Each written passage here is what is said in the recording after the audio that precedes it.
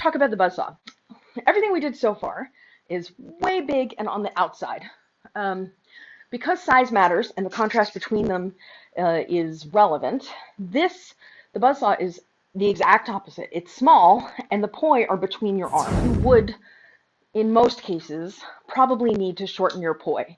Ignoring how you get from your full-length poi to your short poi in flow, let's just start with the move itself.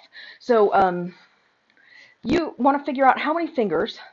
I use 2, some people use 3, some people use 1 to wrap it and make it smaller. I use 2. Let's do your left arm.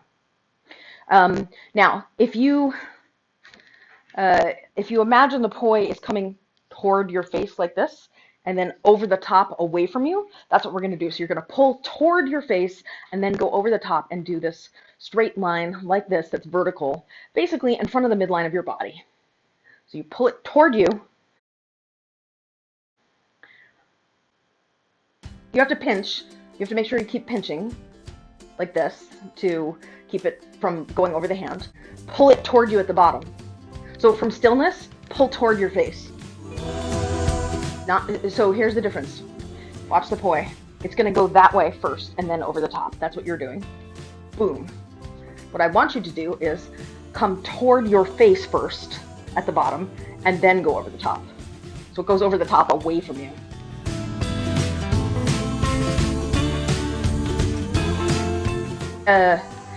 It might take a minute to get accustomed to it, but what you're now doing, so this is the overhand version of it where you're pushing away from you at the top. It flops away. I don't know if you can see it, but I'm rotating my wrist and my fingertips. So if you look at me, you might see it better. I don't know. I'll turn this way so you can see it. Notice there's this rotation in my wrist and in my fingers to keep the poi straight and to keep the momentum going. Now, let's do your right arm. So same thing. You start with your poi with the 2-finger wrap, and then you're going to pull toward your face and then go over the top like that.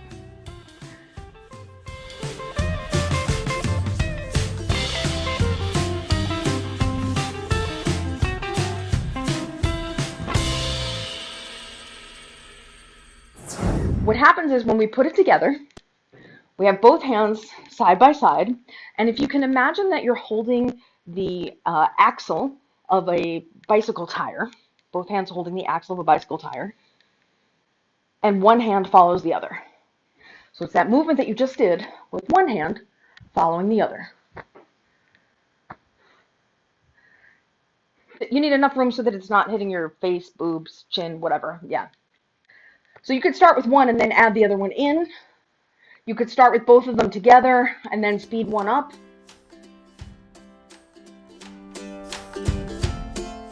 You're doing it like this, where your hands are wide. What you want to gradually do is move your hands closer and closer together so that you're forming this sort of like straight line so that it looks like a wheel.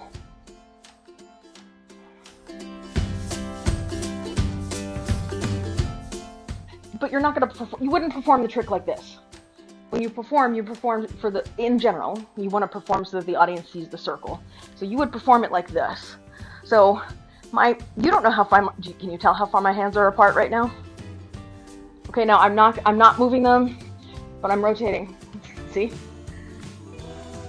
There's a lot of illusions to what we do. We're kind of magician Jedi.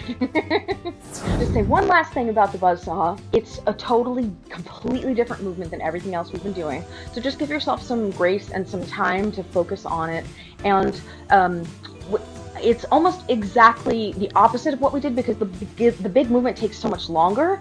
This you have to this one's gonna feel really fast. So it'll take a minute probably to, wait, what? I was doing this big thing and now I'm doing this little thing.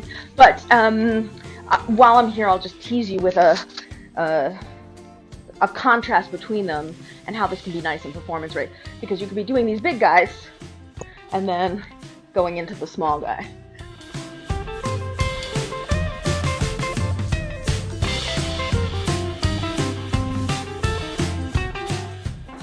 Good performance is not about doing a move.